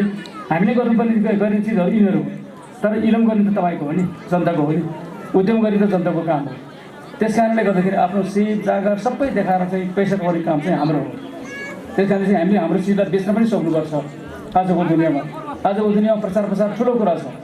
त्यस कारणले यस्तो प्रचार महोत्सवहरू हुँदाखेरि गाउँले मात्रै बसेर महोत्सव गर्ने होइन, धेरै पत्रकारहरू ल्याउने, ठुल्ठुलो मान्छेहरूले ल्याउने भयो भने ठुलो मान्छेको कारणले पनि ठुलो मान्छे बोलाएको कुरा केही न केही लेख्नुपर्छ पत्रकार। अनि त्यसको चाहिँ डुडो भन्ने यस्तो गाउँ रहेछ, डुडो दुर्छ भन्ने गाउँ, त्यहाँ करापकोट भन्ने ठाउँ पनि रहेछ भन्ने कुरो प्रचार हुन्छ। त्यहाँ कोही पनि रहेछ, त्यहाँ गुम्बा पनि रहेछ, त्यहाँ घ्याब्री पनि रहेछ, त्यहाँ कोही के अरे लामा पनि रहेछ, त्यहाँ घाँटु पनि रहेछ, त्यहाँ सोरठी पनि रहेछ। त्यो सबै कुरोको प्रचार हुन्छ। अनि त्यसैको चाहिँ सौखमा बसेका मान्छेहरू डुडो खोज्दै आउँछ हो। त्यो स्थिति हामीले तयार गर्नुपर्छ। यो कामको लागि गण्डकी प्रदेश सरकारले कानुनी रूपमा सहयोग गर्नुपर्दाखेरि, प्रशासनिक रूपमा सहयोग गर्नुपर्दाखेरि, आर्थिक चाहिँ योजनाको रूपमा चाहिँ सहयोग गर्नुपर्दाखेरि हामी तयार छौँ। तर तपाईँहरू हामी तयार हुनुहुन्छ, पहिले तपाईँहरू तयार हुनुपर्छ। तापकित ताप्नुभन्दा अगाडि बिड ताप्नुभन्दा अगाडि तापकित ताप्नुपर्छ। त्यस कारणले गर्दाखेरि चाहिँ हामी चाहिँ तपाईँले तापके चाहिँ के अरे बचाल्नुभयो भने आगो लगाइदिने काम हामी गर्छौँ, आगो फुकिदिने काम, ग्यास लगाइदिने काम गर्छौँ ताकि तापले तातियोस् र त्यसले चाहिँ केही न केही परिणाम दियोस् भन्ने चाहिँ चाहन्छौँ। यो डडुहरूको समृद्धिमा सरकार मात्र लागेर हुँदैन, पोखरामा बसेका, युकेमा बसेका, या चाहिँ हङकङमा बसेका, अमेरिका बसेका, या चितवन गएका, काठमाडौँ गएका, पोखरा गएका, भण्डार झरेका, या लक्ष्मी बजारतिर झरेका, रामबजारतिर झरेका सबैले पनि सहयोग गर्नुपर्छ। र सबभन्दा पहिले यही गाउँको चाहिँ के अरे आन्तरिक गाउँको मान्छेहरू तात्नुपर्छ, तपाईँहरू सक्रिय हुनुपर्छ। त्यसका लागि चाहिँ म यहाँबाट चाहिँ फेरि पनि नयाँ वर्ष 2078को शुभकामना व्यक्त गर्न चाहन्छु। तपाईँहरू नयाँ जाँगर पलाओस्, डडुवाको समृद्धिको लागि लाग्ने, यहाँको चाहिँ संस्कृति संरक्षण गर्ने कुरामा तपाईँलाई प्रेरणा मिलोस्। यो 2078 साल निर्मलाको वर्ष होस्, स्थिरताको वर्ष होस्, विकासको समृद्धिको लागि लाग्ने वर्ष होस्। डडुवाको लागि यो गुल्जार चाहिँ डडुवाको गुल्जारपन सुरु गर्ने एउटा वर्षको रूपमा पनि यो वर्ष सुरु होस्। सबैलाई चाहिँ म यही शुभकामना व्यक्त गरेर यो आज चाहिँ त्यो के अरे चाँडोभन्दा चाँडो म चाहिँ पोखरा पुग्नुपर्ने भावनाले यहाँहरूबाट चाहिँ बिदा हुनुभन्दा अगाडि पुनः एकपल्ट फेरि विक्रम सम्वत 2078 सालको मङ्गलमय शुभकामना सबैलाई व्यक्त गरेर म बिदा हुन चाहन्छु। धन्यवाद। जय डडुवा।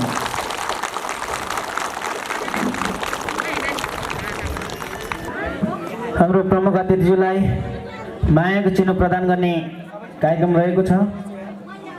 मायाको चिनो प्रदान गरिदिनु हुनको लागि हाम्रो यस क्रिएटिभ युथ क्लबका अध्यक्षज्यूलाई म हार्दिक अनुरोध गर्न चाहन्छु।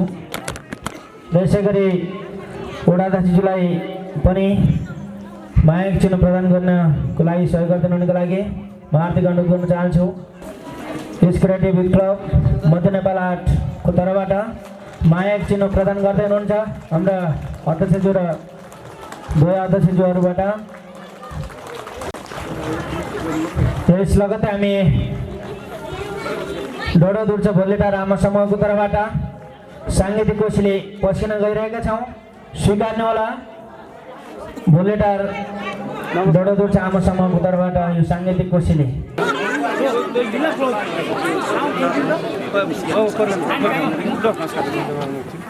म बिदा भएँ है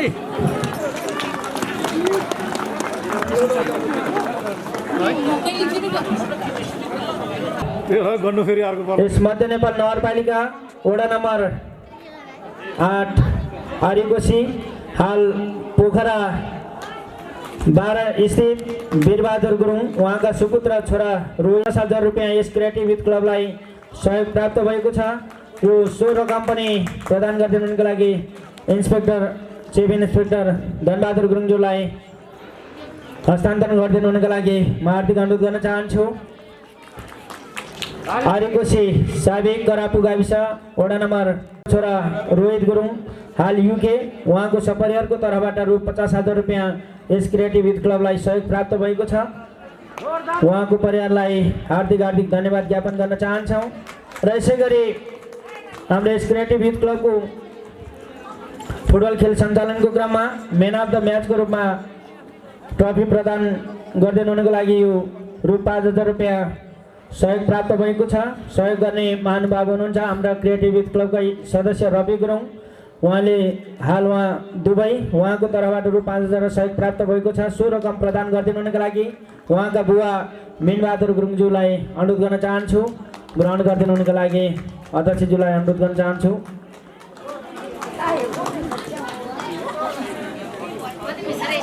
उहाँको तर्फबाट रु 5,000 रुपियाँ म्यान अफ द म्याच यो बेस्ट प्लेयरको लागि रु 5,000 रुपियाँ सहयोग प्राप्त भएको थियो र यो रकम हस्तान्तरण गरिदिनुको लागि उहाँका बुवा क्याप्टेन मिनबहादुर गुरुङज्यूलाई अनुरोध गर्न चाहन्छु। रु 5,000 रुपियाँ सहयोग प्राप्त भएको छ। हस्तान्तरण गरिदिनुको लागि उहाँका बुवा क्याप्टेन मिनबहादुर गुरुङज्यूलाई अनुरोध गर्न चाहन्छु। र यसै गरी हस्तान्तरण गरिदिनुको लागि सञ्जित गुरुङ हाल अस्ट्रेलिया उहाँले यस क्रिएटिभ युथ क्लबलाई रु 15,000 रुपियाँ सहयोग प्राप्त भएको छ। यसै गरी ग्रहण गरिदिनुहुन्छ हाम्रा